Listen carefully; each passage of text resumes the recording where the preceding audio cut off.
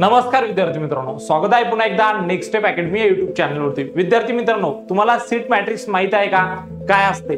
नीट 2025 च्या काउन्सिलिंग साठी अत्यंत महत्त्वाचे असणारे तुमच्यासाठी सीट मॅट्रिक्स। ज्या विद्यार्थ्यांना माहित नसेल सीट मॅट्रिक्स काय असतो, थोडक्यात आपण त्यांच्यासाठी जाणून घेऊया।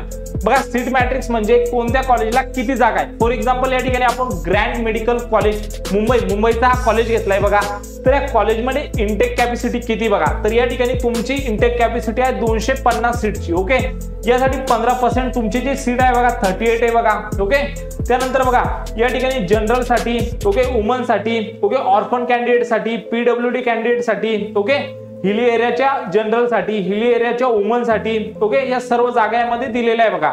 तर बघा या ठिकाणी एससी साठी तुमच्या जे जनरलच्या सीट आहे त्या 17 आहे, वुमन साठी 7 आहे, ओके, ऑर्फन साठी 1 आहे, एसटी साठी 10 आहे, जनरलच्या विजे साठी 3 आहे, NT2 साठी 2 आहे, या ठिकाणी NT2 साठी 4 आहे बघा, NT3 साठी 3 सीट आहे, टोटल ओबीसीच्या 25 सीट आहे बघा, जनरलच्या वुमनच्या 12 आहे, टोटल तुमच्या सीट आहे बघा या ठिकाणी 64, ओके, जनरलच्या।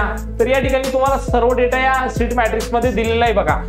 D1 साठी किती जागा आहे, D2 साठी किती, D3 साठी किती आहे, ओके, टोटल सीट किती यामध्ये, या सगळ्या गोष्टी तुम्हाला यामध्ये दिलेल्या असते सीट मॅट्रिक्स मध्ये। ज्या विद्यार्थ्यांना माहित नसेल सीट मॅट्रिक्स काय असते, मी त्यांना या व्हिडिओमध्ये सांगितले। सीट मॅट्रिक्स काही नाही तर कोणत्या कॉलेजला किती जागा तुमच्या कॅटेगरी आणि कसं त्यांचं डिस्ट्रीब्युशन आहे, या सगळ्या गोष्टी यामध्ये दिलेल्या असतात। मित्रांनो, माहिती आवडली असेल तर चॅनलला सबस्क्राईब करायचंय, व्हिडिओला लाईक करायचंय, तुमच्या मित्रांना शेअर करायचंय।